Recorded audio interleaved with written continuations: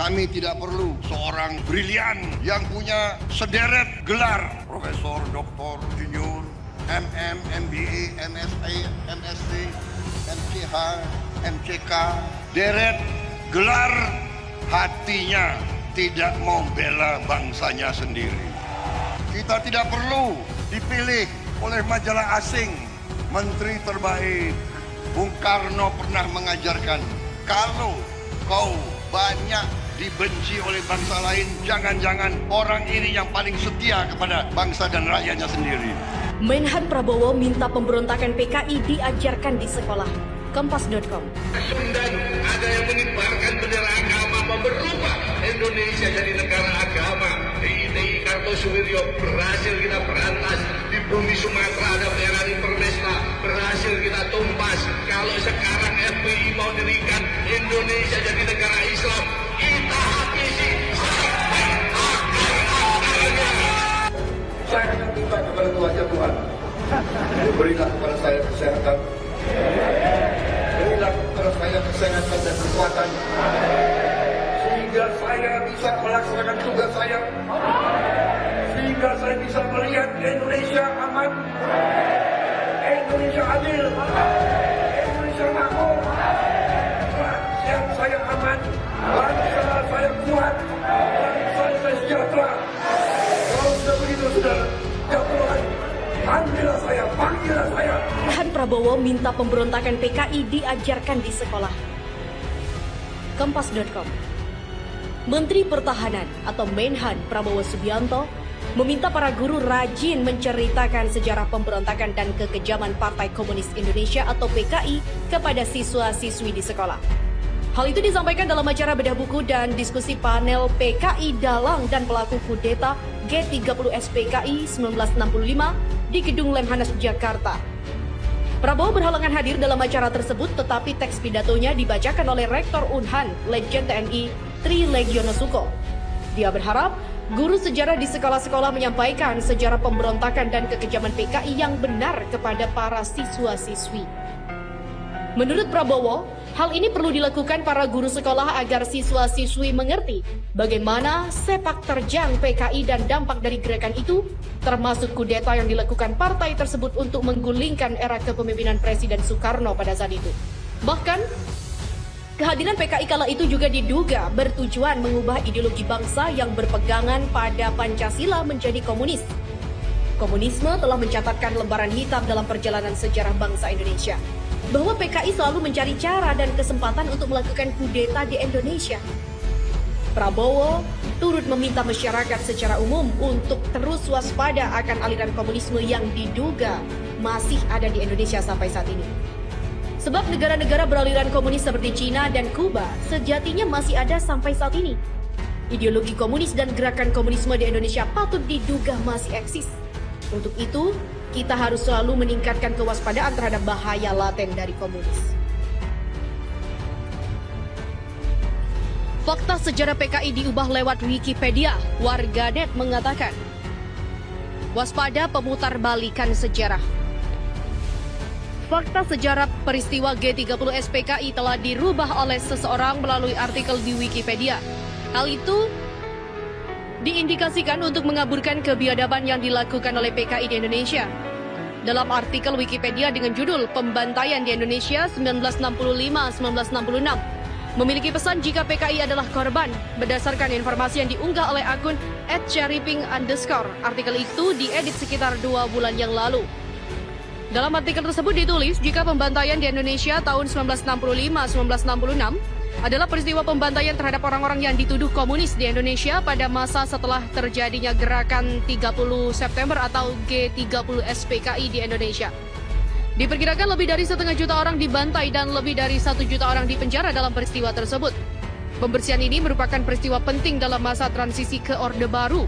Partai Komunis Indonesia atau PKI dihancurkan, pergolakan mengakibatkan jatuhnya Presiden Soekarno dan kekuasaan selanjutnya diserahkan kepada Soeharto. Berbagai tanggapan dilontarkan para pengguna Twitter. Bagi mereka ini merupakan langkah para simpatisan komunisme di Indonesia yang mereka rata-rata menyayangkan hal tersebut. Seperti salah satu akun @penafsir. Orang PKI sudah edit Wikipedia, pemerintah apakah tidak tahu? di mana di dalam artikel Wikipedia disebutkan yang bersalah bukanlah PKI, tetapi PKI adalah korban. Beda sekali dari fakta sejarah dan kurikulum. Yang salah menurut artikel ini adalah TNI AD, Soeharto, Muhammadiyah, dan NU. Begitulah cuitan dari @hari_mawon. PKI sebagai korban dalam Wikipedia, peneliti mengatakan, itu sesat dan pembodohan. Peneliti Gerakan Komunis Hadi Nur Ramadan menyesalkan informasi tentang PKI di Wikipedia yang keliru dan menyesatkan masyarakat, terutama kepada generasi muda. Pasalnya, dalam laman tersebut disebutkan bahwa korban pembantaian tahun 1965 adalah orang-orang yang menjadi bagian dari PKI. Dia sangat menyesalkan situs Wikipedia sebagai sumber informasi dan pengetahuan yang banyak dirujuk masyarakat malah seperti itu. Pihaknya juga melihat nuansa politis dan keberpihakan sangat jelas serta pembodohan ke masyarakat. Demikian kata Hadi. Direktur Yayasan Tamadun ini menuturkan, jika informasi tersebut tidak dirubah, maka Wikipedia telah melakukan pembodohan kepada masyarakat. Wikipedia harus kembali kepada situs yang menyampaikan informasi dengan baik dan benar. Dia juga meminta kepada Wikipedia meralat tulisan tersebut agar berimbang, sebab jika PKI disebut korban, maka sangat biasa. Jika berbicara korban, umat Islam jugalah korban. NU, Muhammadiyah, aktivis PII, yaitu pelajar Islam Indonesia juga menjadi korban. Bahkan mereka bukan hanya melakukan kudeta di tahun 1965, tetapi juga di tahun 1948, 3 tahun setelah kemerdekaan. Kala itu masyarakat Indonesia sedang gencar-gencarnya melakukan perlawanan agresi Belanda, namun ditikam dari belakang oleh PKI dengan cara melakukan kudeta dan pembantaian. Inilah yang dikatakan siapa yang harusnya menjadi korban. Ripka Cintaning, Ketua Panja RUU HIP dan Imam Brotoseno di Rut TVRI, pengamat mengatakan, indikasi negara disusupi komunis. Indonesia dianggap telah disusupi oleh komunis. Indikasinya penulis buku Aku Bangga Jadi Anak PKI, Ripka Cintaning, menjadi Ketua Panja Rancangan Undang-Undang Haluan Ideologi Pancasila atau HIP, dan Iman Brotoseno menjadi Dirut TVRI. Pengamat politik Muslim Arbi dilansir Suara Nasional pada Minggu 7 Juni mengatakan, Ripka Cintaning menjadi Ketua Panja RUU HIP dan Iman Brotoseno di Rut TVRI. Hal itu indikasi Indonesia disusupi komunis. Menurut Muslim, komunis melalui kader-kader melakukan penyusupan di semua lembaga negara. Ketika mereka mendapatkan jabatan dengan kewenangan yang dimiliki memasukkan paham-paham komunis. Iman Brotoseno berupaya menghilangkan jejak digital pemikirannya yang membela PKI dengan menghapus akun Twitter dan blog miliknya.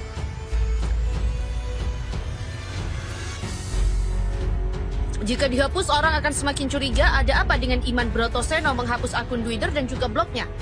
Iman pernah mengatakan menghapus akun Twitter untuk fokus bekerja. Itu hanyalah alibi saja karena pejabat publik banyak yang memilih akun Twitter. Kata Muslim, saat ini ada upaya memasukkan ideologi komunis di kalangan milenial melalui konser musik maupun acara-acara yang digandrungi oleh anak muda.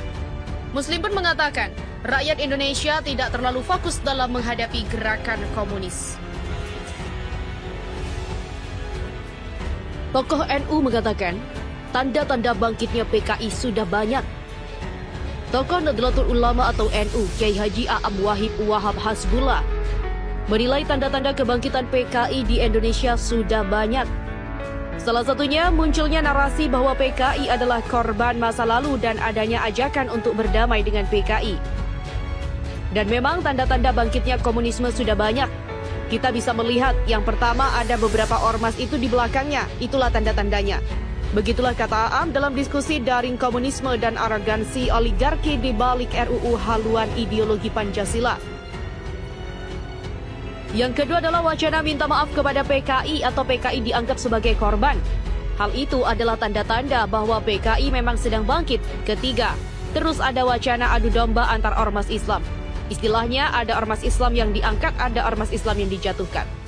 Atas dasar itu, dia mengajak semua elemen masyarakat untuk kembali ke falsafah negara yang telah ditetapkan oleh para pendiri bangsa, yakni Pancasila.